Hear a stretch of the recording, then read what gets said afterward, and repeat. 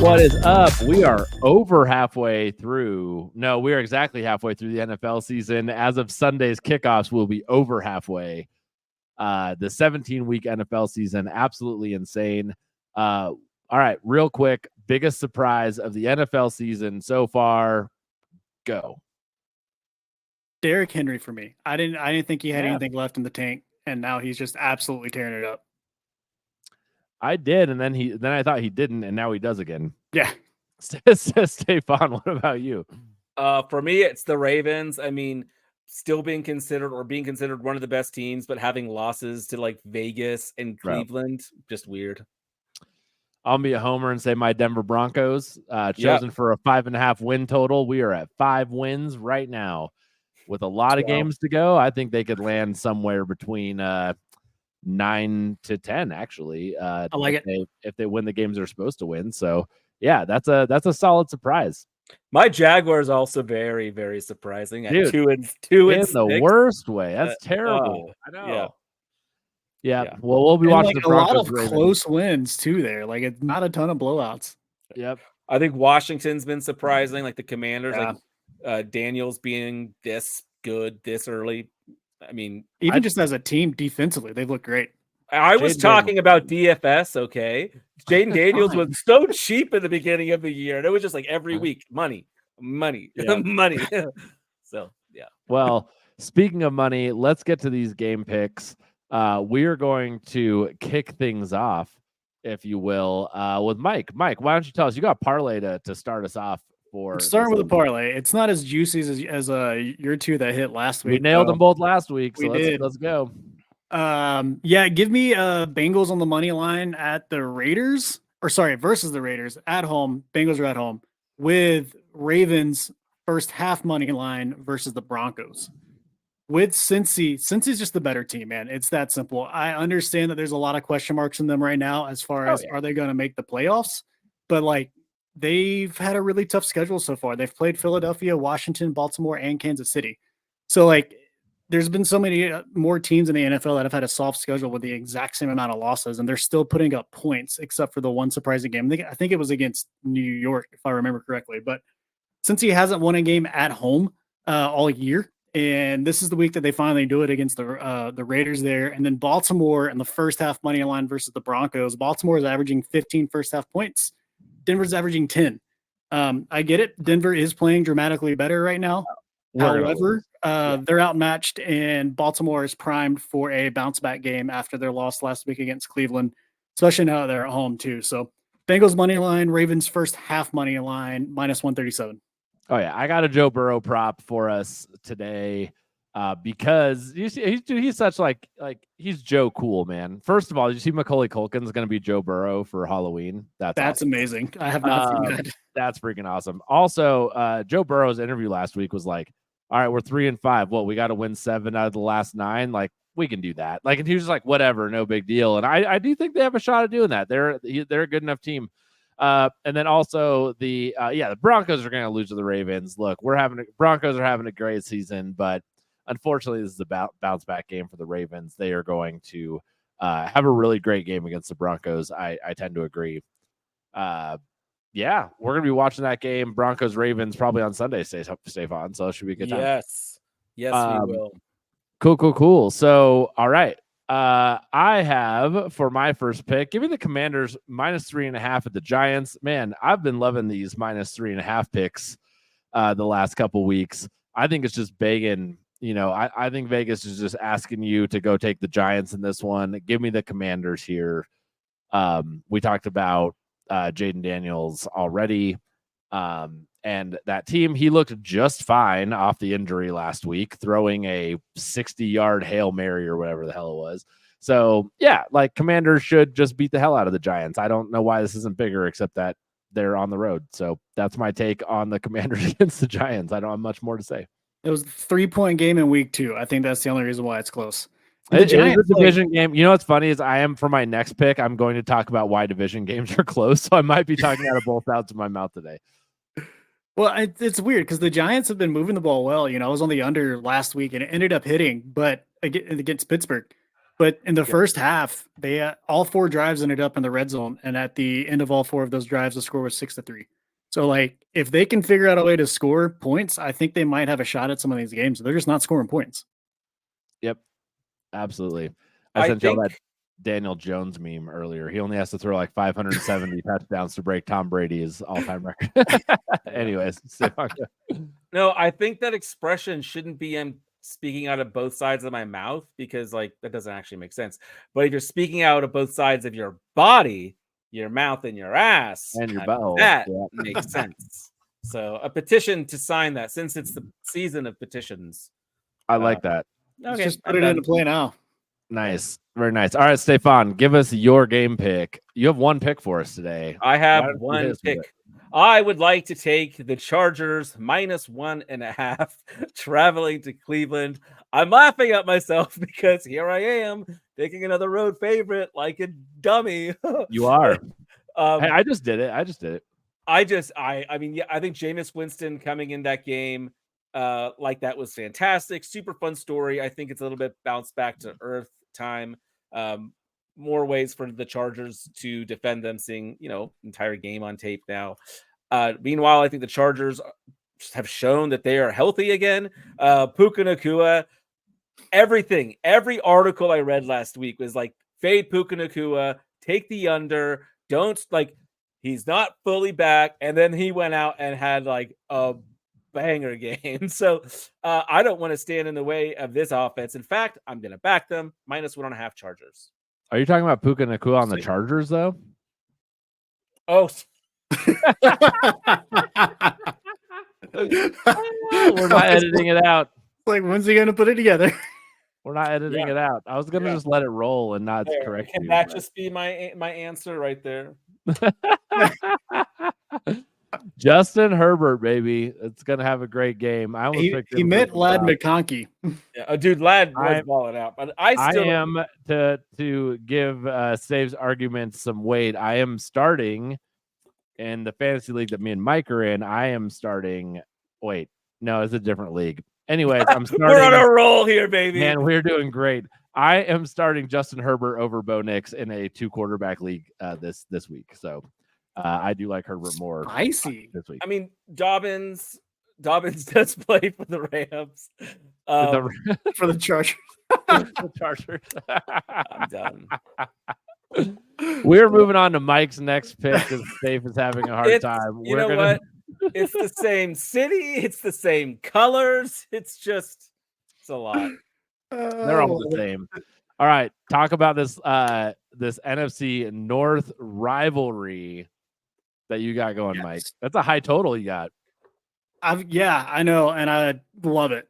Give me the Lions-Packers game over the 48.5. Green Bay's averaging 27 points per game. Detroit's averaging 33 points per game. These are two teams that like to score points.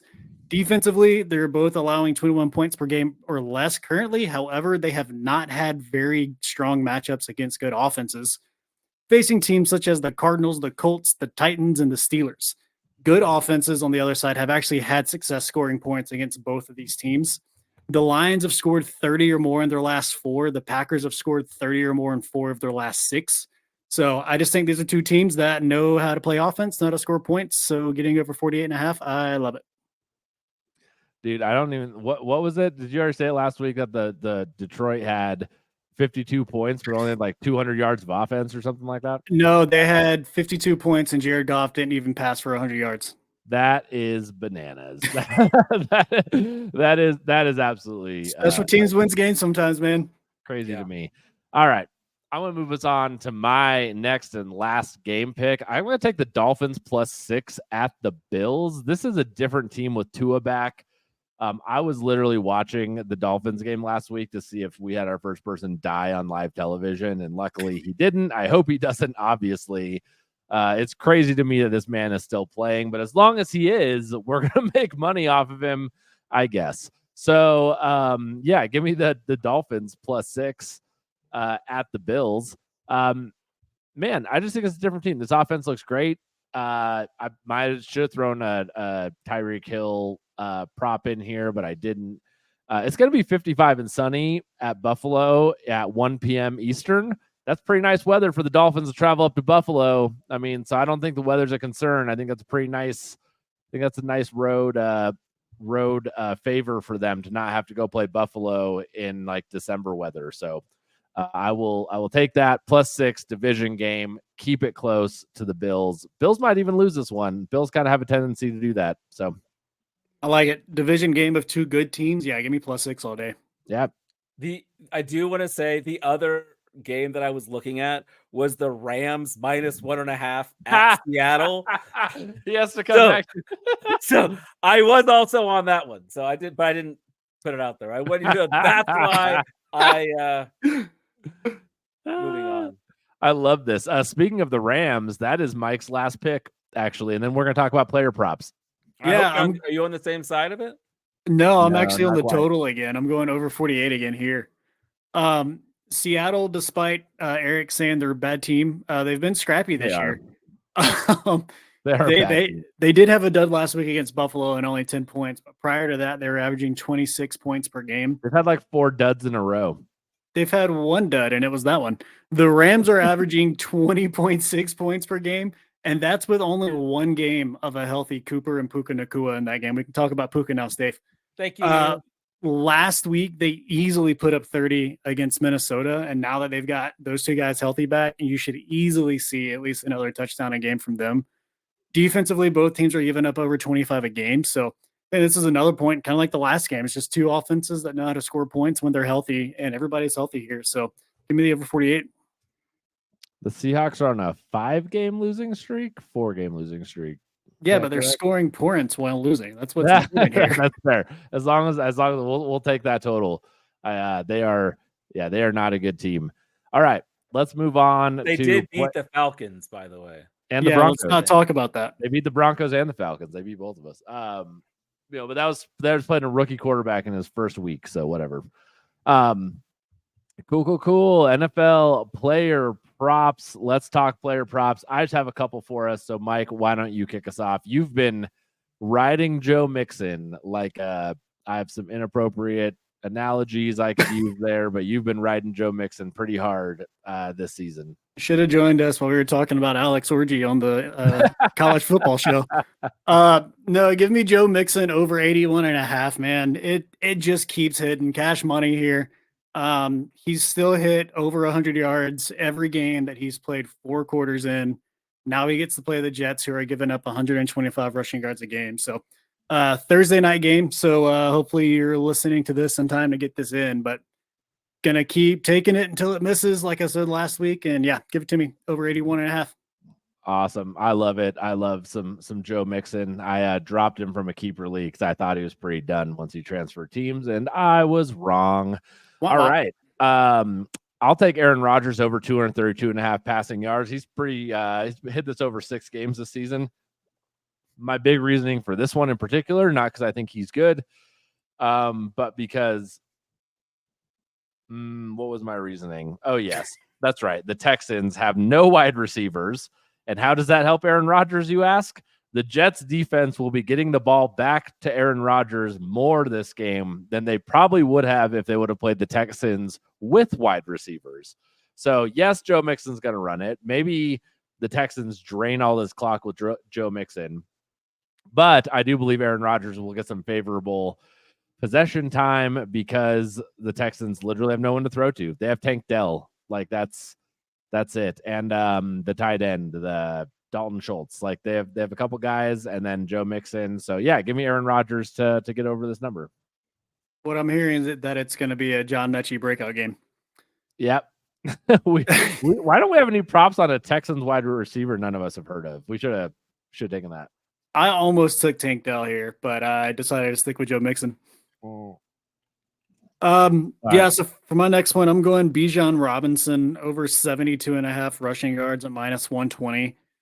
As the season started, we were all kind of like, what's happening? It was very inefficient there. Then Tyler Algier started eating into his snap counts, and his snap count just dropped every single week. But after that happened for 3 weeks, it's like he got a jolt of energy back, and he just stayed fresh for longer. Over the last 5 games, he's still been under 70% snap count. And I think that's where they're going to leave him all year, but now he's up to almost 6 yards per carry. He's gone over this number 2 of his last 3, and now they're playing Dallas, who is last in the league against rushing yards, giving up 154.6 yards per game. So give me this one all day. Yeah, Bijan has also been a staple on this one for us. So I will always back a Bijan Robinson pick. He's been doing great. I've really liked his year this year, and I support this pick. I'm stalling while I look up one particular stat, but my next prop is going to be Joe Burrow to throw for over 1.5 touchdowns. Yes, this is at minus 155. However, I really do think that the Raiders are just that bad. I honestly I should have put it as like one of our side piece bets, which is to take Jamar Chase at 2 touchdowns. 2+ touchdowns, I think would be a really great value. I'm sure it's some kind of plus money out there somewhere. I wasn't on top of it enough to go grab that. But I think Jamar Chase multiple touchdowns might be on the table here. I think you could ladder this to be like Joe Burrow 3 touchdowns, Joe Burrow 4 touchdowns, passing touchdowns against the Raiders for reasons we already talked about. While our research department, Stefan, does that, why don't you talk about your Achane pick?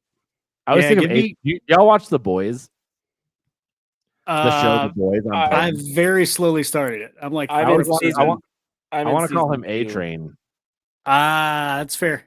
I want to call him A-Train every time because he's fast. Well, give me A-Train over 33.5 at minus 115. As a A-Train owner in fantasy, I'm very psyched Tua's back. He is averaging 65 receiving yards per game with Tua, and he's hit it every game with Tua.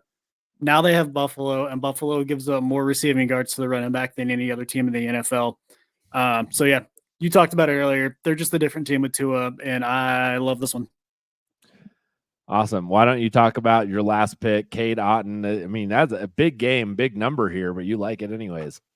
Yeah, this one isn't officially posted yet, but I'll play it anywhere up to 65. It's been around 40 over the last 2 weeks, but now that Evans and Godwin are both out, Cade Otton is the guy that has benefited from that. He's gotten 10 targets in his last 2 games.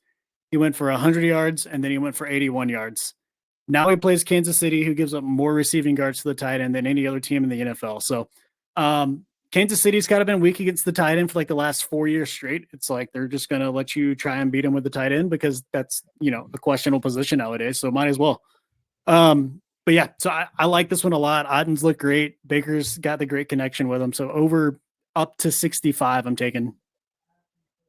Wonderful. Wonderful. All right. You have reached the part of the show where we run our picks down. So before we do that, don't forget to follow us on Instagram, X, TikTok, wherever you get your podcasts. Like, subscribe, download, all of the good things. Mike, why don't you kick us off with your game picks? Yeah, give me a parlay here. Bengals on the money line with Ravens first half money line at minus 137. The Lions at the Packers over 48.5. And then the last pick is going to be the Rams versus the Seahawks over 48. Cool. I'll take the Dolphins +6 at the Bills. Commanders minus 3.5 at the Giants. Stefan, how about your Chargers pick? Chargers minus 1.5 at the Cleveland Buccaneers. Wonderful. All right. Player props. Mike, run it down. Joe Mixon over 81.5 rush yards. Bijan Robinson over 72.5 rushing yards. Devon A-Train over 33.5 receiving yards. And Cade Otton over receiving yards as long as it is below 65 yards whenever it gets posted. I think that's got a good chance. I'll take Aaron Rodgers over 232.5 passing yards against the Texans, and give me Joe Burrow over 1.5 passing yards. Little side piece on Jamar Chase getting multiple touchdowns in this game, which is not posted yet, but you can get his alternate receiving yards at over 105 at +200. I might just parlay all of it for a wonderful drunken Sunday at Stefan's house. I'm excited for it. All right. We will talk to y'all later.